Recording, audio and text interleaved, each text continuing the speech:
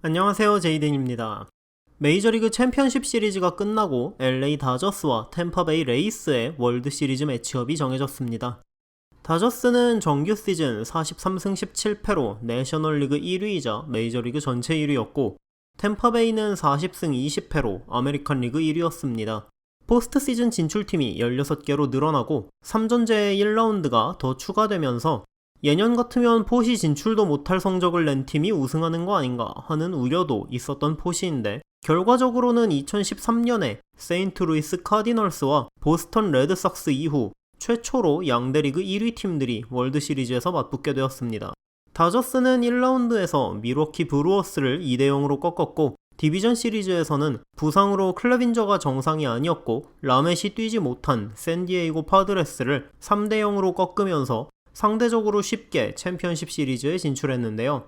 4차전까지 2차전 후반과 3차전 초반 6이닝 동안 22점을 몰아낸 걸 제외하면 나머지 30이닝 동안 단 3득점밖에 올리지 못하는 빈타에 허덕이면서 애틀란타 브레이브스에게 1대3으로 끌려가다가 5, 6, 7차전을 내리 승리하면서 메이저리그 포스트 시즌 14번째로 1승 3패를 역전한 팀이 되었습니다. 레이스는 1라운드에서 토론토 블루제이스를 2대0으로 쉽게 제압했지만 디비전 시리즈에서 뉴욕 양키스를 상대로 5차전까지 가는 접전 끝에 3대2로 승리했고, 챔피언십 시리즈에서는 휴스턴 애스트로스에게 첫 3경기를 승리하고 4, 5, 6차전을 모조리 패하면서 시리즈 리드를 날렸지만 7차전 찰리 모튼의 호투와 포시드로 맹타를 휘두르고 있는 랜디 아로사레나의 홈런에 힘입어 휴스턴의 추격을 뿌리치면서 2008년 이후 프랜차이즈 역사상 두 번째로 월드 시리즈에 진출하게 되었습니다. 이번 시즌 리그 최강의 전력을 자랑했던 다저스고, 팀 방어율 1위, WHIP 1위인 마운드도 탄탄했지만 다저스는 리그 최고의 핵타선을 보유한 팀으로 투수구장 다저 스타디움을 홈으로 쓰면서도 팀 홈런 1위, 팀 득점 1위, 팀 OPS 2위를 기록한 팀인데요. 가을이 되자 타선이 전반적으로 침체되었고 기복이 커져서 불안한 모습을 노출하고 있습니다. 강타선을 보유한 팀답게 터질 때 한 번에 대량 득점에 성공하는 경우가 있지만 그 외에는 오히려 긴 이닝 동안 점수를 뽑지 못하는 경우가 빈번하게 발생하고 있습니다.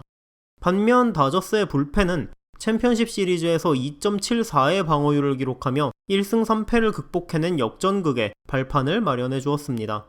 배츠 벨린저로 대표되는 강력한 외야 수비와 더불어 터너와 시거 등도 좋은 수비를 보여주면서 수비의 탄탄함도 다저스의 큰 자산이기도 하고요.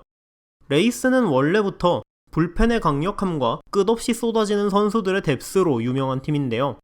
정규 시즌 60경기 중에 무려 19번의 한점 승부를 했고, 그 한점 승부에서 14승 5패, 승률 73.7%라는 가공할 성적을 기록하면서 적당히 점수 내놓기만 하면 맞고 이길 수 있다고 이야기하는 팀이죠.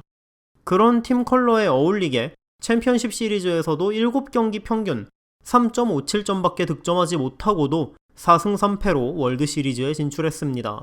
다만 아로사레나와 최지만을 제외한 팀의 주력 타자들이 포스트 시즌 들어 전부 부진하다는 것과 팀 내 최고의 불펜 자원 닉 앤더슨이 포시 7경기 중 4경기에서 실점을 하면서 흔들리고 있다는 것이 악재입니다.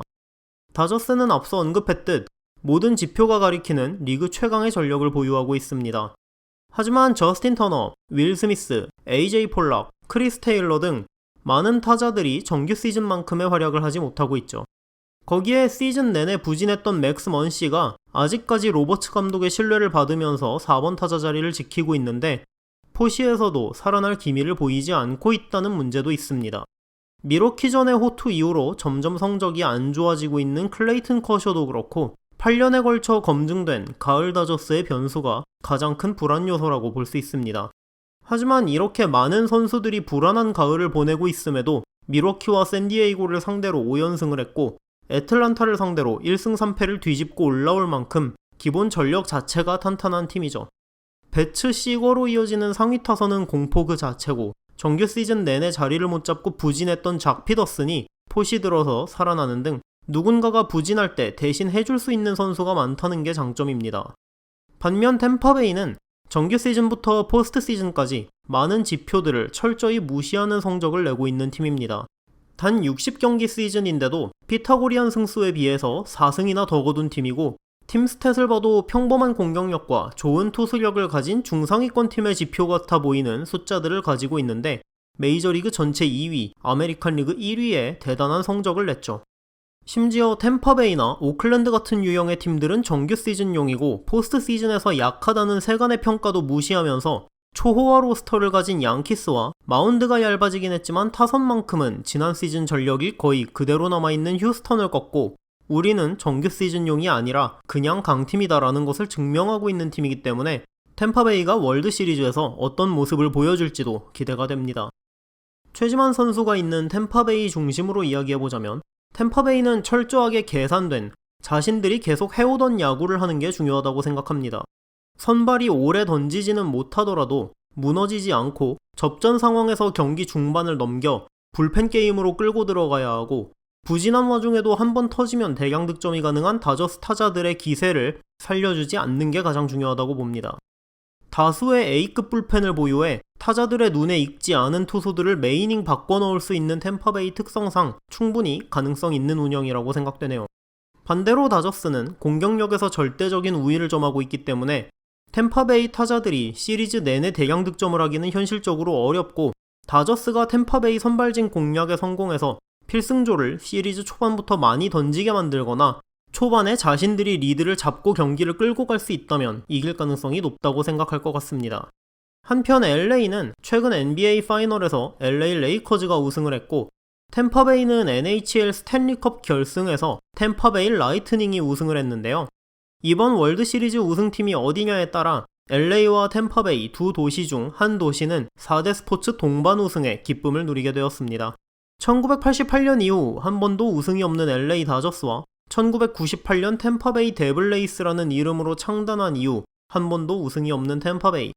과연 어떤 팀이 기나긴 무관에 서름을 벗어던지게 될지 두 강팀의 재미있는 월드시리즈를 기대하면서 오늘은 여기서 인사드리겠습니다. 시청해주셔서 감사합니다.